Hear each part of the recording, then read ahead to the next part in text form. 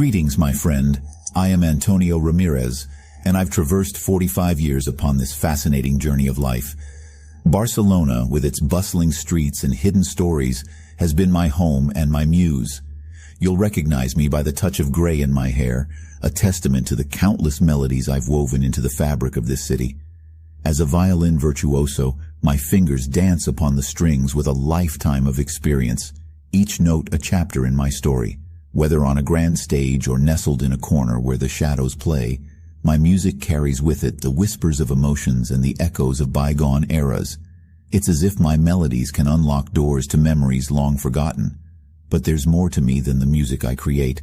Listen closely, and you might catch whispers of a heritage intertwined with the very soul of Barcelona. My roots run deep, connecting me to the enigmatic tales that paint the city's past. As I stand amidst the city's rhythm, I invite you to join me in exploring the mysteries that linger beneath the surface, to unravel the threads that tie us to this captivating labyrinth of history and wonder. Barcelona's Teatro de las Sombras stood as a majestic testament to both art and the arcane, its grandeur marred by a history shrouded in darkness. Nestled in the heart of the city, the theater had once hosted opulent operas and spellbinding performances, but its past was etched with tales of tragedy and spectral echoes that lingered within its walls. Antonio Ramirez, a middle-aged Hispanic violinist of unparalleled skill, arrived at the theater with an air of anticipation. The maestro had been invited to orchestrate a symphony for an opera that would grace the Teatro de las Sombras' stage once more. Little did he know that his artistry would unlock a sinister performance from the spectral orchestra that dwelled within. As the orchestra assembled, Antonio's baton descended, setting the tempo for the haunting overture. The curtains rose, and the opera's notes filled the air. Yet, amid the living musicians, a translucent ensemble emerged. Ghostly figures, instruments in hand, their eyes aflame with an ethereal passion. Unseen by the living, the spectral orchestra played in tandem with Antonio's direction, their music weaving an eerie harmony that seemed to tug at the very fabric of reality. The notes resonated with a melancholic longing, capturing the essence of souls forever trapped within the confines of the theater. As Antonio led the symphony, he became aware of an unsettling presence that seemed to shadow his every move. Whispers of tragedy and despair seeped into his consciousness, revealing the dark history of the Teatro de las Sombras, a fire that had claimed countless lives, leaving behind a legacy of sorrow and unfinished melodies. The spectral musicians played on, their faces etched with expressions of yearning and anguish. Antonio's skillful guidance had unlocked a channel between worlds, and the music became a conduit for the ghosts' suppressed emotions, giving voice to their eternal lament. As the opera reached its climax, the spectral orchestra's intensity grew, their music transcending the boundaries of the living and the dead. Antonio's violin sang with a mournful resonance, its haunting melody resonating with the tormented souls that surrounded him. The theater itself seemed to pulse with an otherworldly energy, its very foundation trembling with the weight of untold stories.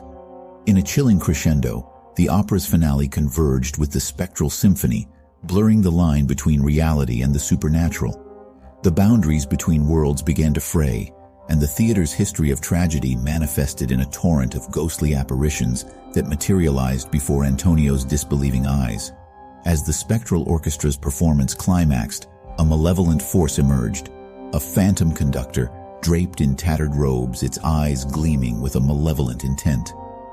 The ghostly conductor's baton descended, and the music shifted into a dissonant and ominous chord.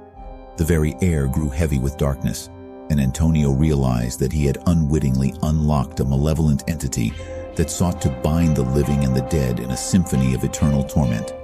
With an unyielding determination, Antonio raised his violin, its strings resonating with a defiant melody that cut through the discordant cacophony. The spectral orchestra, swayed by his powerful notes, began to falter in their obedience to the malevolent conductor.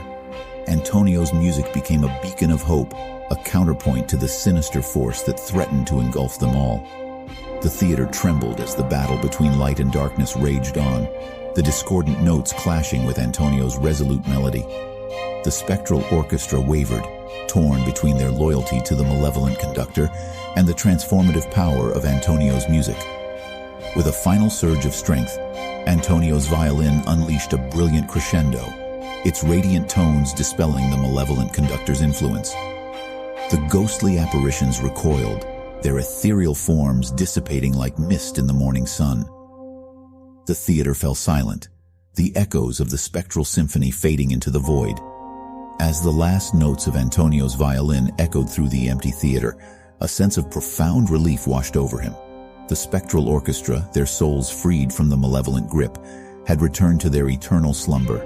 The Teatro de las Sombras, once a place of darkness, had been redeemed through the power of music and the unwavering spirit of a maestro. Antonio Ramirez, the middle-aged Hispanic violinist, stood in the center of the stage, his heart heavy with the weight of the ghost's stories. The opera may have ended, but the symphony of souls he had conducted would forever resonate within the theater's walls, a testament to the enduring power of art to transcend the boundary.